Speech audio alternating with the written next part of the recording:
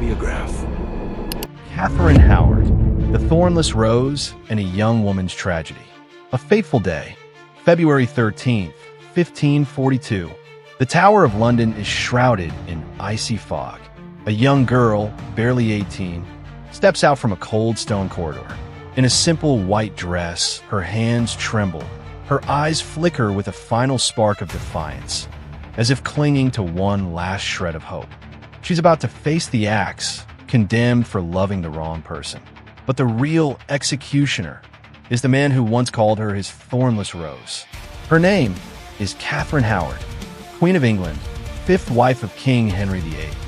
If you're hooked on dramatic historical tales where love and power collide, hit subscribe and turn on notifications to dive into this unforgettable tragedy. Why would a vibrant young woman be thrust into such a horrific fate? But then, a secret from her past would turn an entire kingdom against her. Catherine, a girl left unguarded. Catherine Howard wasn't born into royal luxury. A niece of the Duke of Norfolk, she came from a lesser branch of the powerful Howard family. Influential, but far from wealthy. Her father, Edmund Howard, was a deadbeat dad, drowning in debt and scandal. In a desperate 1527 letter to Thomas Wolsey, he wrote, "Humbly I beseech your grace to be my good lord, for without your gracious help I am utterly undone." Her mother, Joyce Culpeper, died young, leaving Catherine and her siblings starved for love. She was sent to live with her grandmother, the Dowager Duchess of Norfolk, at Lambeth, a place that seemed like paradise but was really an unlocked birdcage, where young noble girls lived crowded together, unsupervised, unguided. A young girl, with no one to protect her. Could she escape the traps of fate? At just 13, Catherine was seduced and manipulated by her music teacher, Henry Mannix, leaving her both curious and afraid. In Tudor society, where young women lacked protection, such things weren't rare. By 15, she fell for Frances Dereham, her grandmother's young secretary. They secretly called each other husband and wife, trading naive vows in the dark. But Catherine had no idea. A man from this past would return, bringing her whole world crashing down, leading King Henry stepping into a gilded cage. In 1539, Catherine was sent to court as a lady-in-waiting to and of Cleves, Henry VIII's fourth wife. With a radiant smile, reddish-brown hair, and a carefree spirit, she quickly caught the king's eye. The French ambassador, Charles de Marillac, called her lovely. Henry, now 49, was heavy, his leg festering from an old wound, his mood unpredictable. But Catherine was like a breath of fresh air, prompting him to call her his thornless rose, a symbol of purity. But then, behind the king's smile, lurked a monster waking up. Just 19 days after divorcing Anne of Cleves, Henry married Catherine at Oatlands Palace on July 28, 1540. At 17, she became queen, rising from obscurity to the peak of power. But the palace wasn't a dream. Behind the lavish gifts was the gilded cage of the throne, trapping her tightly. The wedding and life as queen. Catherine and Henry's wedding was rushed but extravagant. Henry, nearing 50, was captivated by her youth, showering her with lands and fine fabrics, calling her his jewel of womanhood. But their age gap and Henry's failing health strained the marriage. His leg wound never healed, causing him pain and irritability, even in private moments. Catherine, though queen, felt alone in the palace. She was caught between the court's expectations and Henry's control. The Howard family, especially her uncle, the Duke of Norfolk, had pushed for this marriage to boost their influence. But they wouldn't shield her when the storm hit. A young girl, thrust onto the throne. Could she bear the weight of this gilded cage? Love or a path to ruin? Henry's age and illness made intimacy painful for Catherine. Then she met Thomas Culpeper, a young, charming gentleman of the king's privy chamber. Stolen glances soon turned into letters, then secret meetings in the palace's dark corridors. One glance, and Catherine crossed the line between life and death. Despite being manipulated as a child and pressured by her family, Catherine chose to pursue Culpeper, knowing the risks. She sent him love letters, pouring out her longing to escape her marriage to Henry. In one, she wrote, "I never longed so much for a thing as I do to see you and to speak with you. Yet my trust is always to love you and to be your true and loving wife." That passionate letter would later damn her. Their go-between? Jane Rochford, a lady-in-waiting who'd helped send Anne Boleyn, Catherine's cousin, to the scaffold. But Catherine didn't know. Jane Rochford had done this to another queen. But then, her past wouldn't let her go.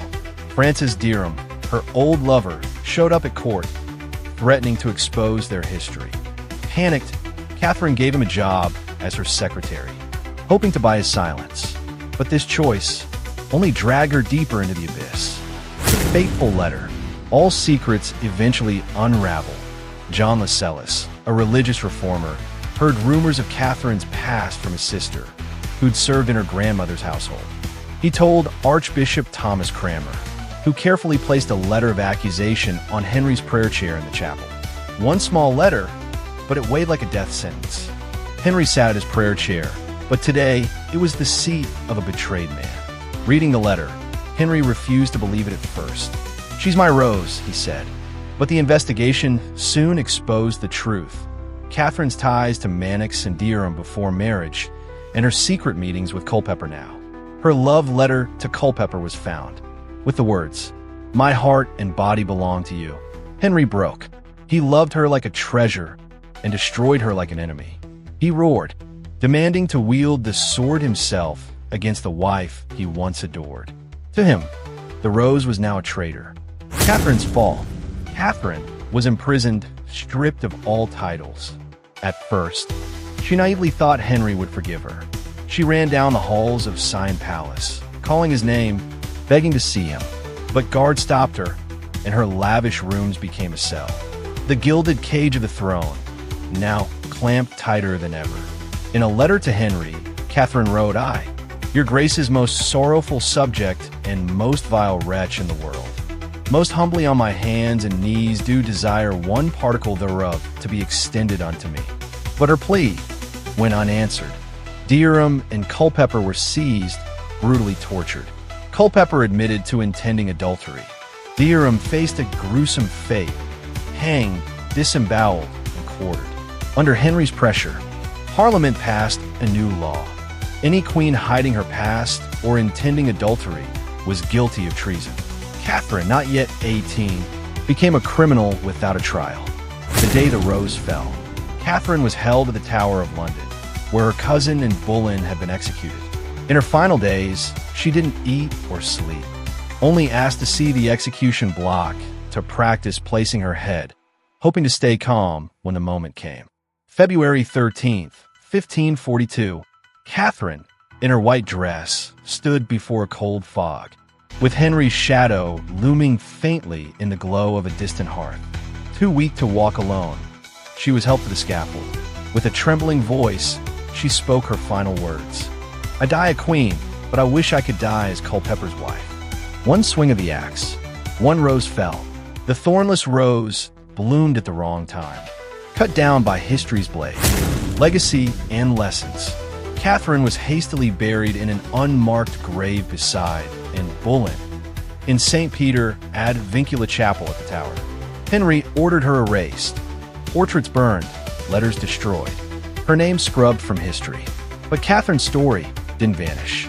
She became a symbol of innocence exploited, of women crushed by male power, and of tragedies born from loving the wrong person at the wrong time. In Tudor times, a single wrong glance could mean death. Is it so different today? Don't we still see invisible sentences for women who love the wrong way?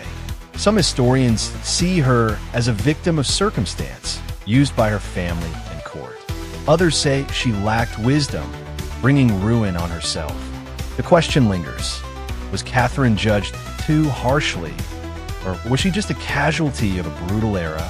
Today, loving the wrong person isn't a death sentence by the sword, but for many women, it's still a silent verdict, judged by society or robbed of chances.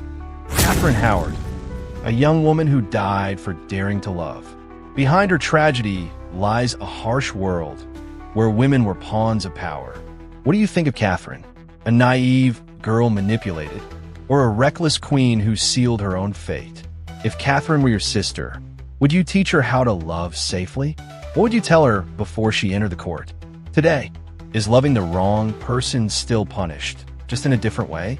How many modern women still fall under invisible rules? Like, share, and comment. What would you say to Catherine before February 13, 1542? For example, run from the palace and start a new life. Don't trust the Howards. They care about power, not you. Guard your heart. Love in the court can be a death sentence.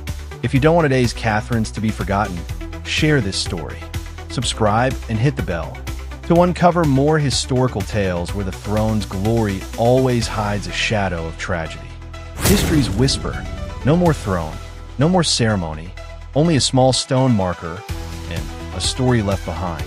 Catherine died for love, but the real death is being forgotten. Have you seen the tears in history? They fall where no one taught a girl how to survive between love and power. A thornless rose bloomed at the wrong time, fell by history's axe.